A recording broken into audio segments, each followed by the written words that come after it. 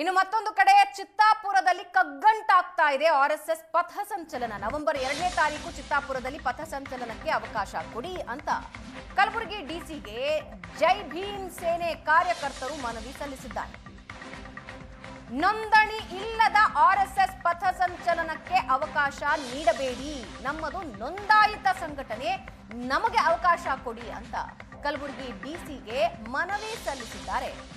ಜೈ ಭೀಮ್ ಸೇನೆ ಕಾರ್ಯಕರ್ತರು ಪಥಸಂಚಲನಕ್ಕೆ ಅವಕಾಶ ಕೋರಿ 9 ಸಂಘಟನೆಗಳ ಅರ್ಜಿ ಸಲ್ಲಿಕೆಯಾಗಿದೆ.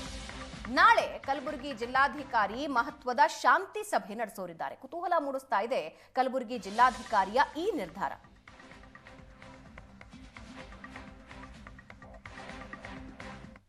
ನವೆಂಬರ್ 2ರಂದು ಚಿತ್ತಾಪುರ್ನಲ್ಲಿ ಆರ್ಎಸ್ಎಸ್ ನಡೆಸಲು ಉದ್ದೇಶಿಸಿರುವಂತಹ ಪಥಸಂಚಲನಕ್ಕೆ ಮತ್ತಷ್ಟು ವಿಘ್ನಗಳು ಕಾಡ್ತಾ ಇದ್ದಾವೆ.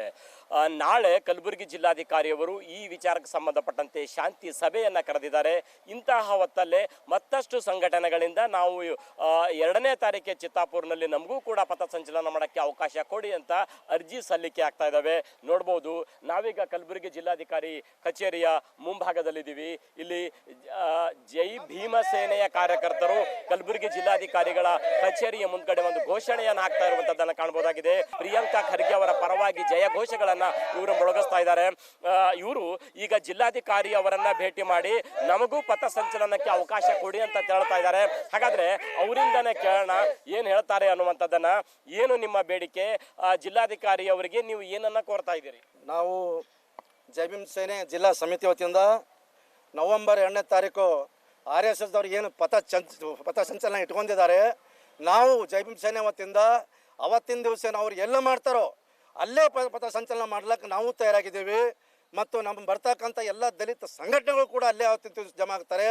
ನಾವು ಇದು ಖಂಡಿಸ್ತೀವಿ. ಅವ್ರು ಯಾವಾಗ ಪ್ರಿಯಾಂಕ್ ಖರ್ಗೆ ಸಾಹೇಬ್ರನ್ನ ಅವಾಚ್ಯ ಶಬ್ದದಿಂದ ಏನು ಅವ್ರ ಕಾರ್ಯಕರ್ತ ಯಾವನು ನಾ RSS ಸಂಬಂಧಪಟ್ಟಿದ್ದು ಅಂತ ಹೇಳ್ತಾನವ, ಅವ್ರು ಸಂಬಂಧಪಟ್ಟವ್ರು ಬಂದ್ ಮಾಡ್ತಾರಪ್ಪ ಅಂದ್ರೆ ಅದಕ್ಕೆ ನಾವು ಖಂಡಿಸ್ತೇವೆ.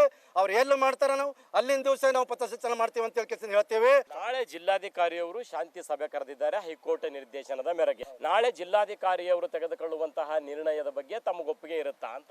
ಚಿತ್ತಾಪುರ ಪಟ್ಟಣದಲ್ಲಿ ನಾವು ಕೂಡ 2ನೇ ತಾರೀಕಿಗೆ ಏನಪ್ಪಾ ಅಂತಂದ್ರೆ